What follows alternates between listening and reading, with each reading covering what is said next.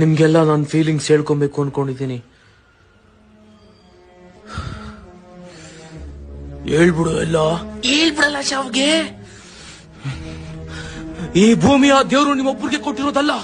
ಸಿಟಿಲಿ ಹಳ್ಳಿಲಿ ಬದುಕೋಕೆ ನಿಮ್ಗೆಲ್ಲರಿಗೂ ಎಷ್ಟು ಅಧಿಕಾರ ಇದೆ, ಕಾಡಲ್ಲಿ ಬದುಕೋಕೆ ಅಷ್ಟೇ ಅಧಿಕಾರ ನಮಗೂ ಇದೆ. ಇಂಟರ್ನೆಟ್, ಕಾರು, ಬೈಕು, ಟೆಕ್ನಾಲಜಿ ಕಂಡಿಡ್ದಿದ್ಕೆ ನೀವ್ಯಾರು ದೇವರಾಗಲ್ಲ ಕಣ್ರಯ್ಯ. ನೀವುಗಳು ಡೆವಲಪ್ ಆಗೋಕೆ ಕಾಡನ್ನ ನಾಶ ಮಾಡ್ಬೇಕು ಅಂತ ಡಿಸೈಡ್ ಮಾಡೋಕೆ ನೀವ್ಯಾರು? ಈ ಪ್ರಪಂಚ ಬರೇ ಮನುಷ್ಯರಿಗೆ ಅನ್ನೋ ಹಂಗದಿದ್ರೆ ಆ ದೇವ್ರು ನಮ್ಮನ್ನೆಲ್ಲ ಯಾಕ್ರಯ್ಯ ಸೃಷ್ಟಿ ಮಾಡ್ತಿದ್ದ? Education development. ನಮ್ಮಗಳ ಸಮಾಧಿ ಮೇಲೆ ನೀವು ವಿದ್ಯಾವಂತರಾದ್ರೆ ಅದಕ್ಕೆ ಏನ್ರಯ್ಯ ಅರ್ಥ ಇದೆ? ನೀವು ಮನೆಯಲ್ಲಿ ಪ್ರೀತಿಯಿಂದ ಸಾಕೋ ನಾಯಿ, ಬೆಕ್ಕು ಅಷ್ಟೇನ ಪ್ರಾಣಿಗಳು? ಬೇರೆ ಯಾವ ಪ್ರಾಣಿಗಳಲ್ವಾ? ನಮ್ಮನ್ನ ಝೂ ಅಲ್ಲಿಟ್ಟು ಶೋ ಪೀಸ್ ಮಾಡಿ ದುಡ್ಡು ಮಾಡ್ಕೊಂಡ್ರೆ ಪರಿಸರ ಉಳಿಯಲ್ಲ, ಈ ಭೂಮಿ ಉಳಿಯಲ್ಲ.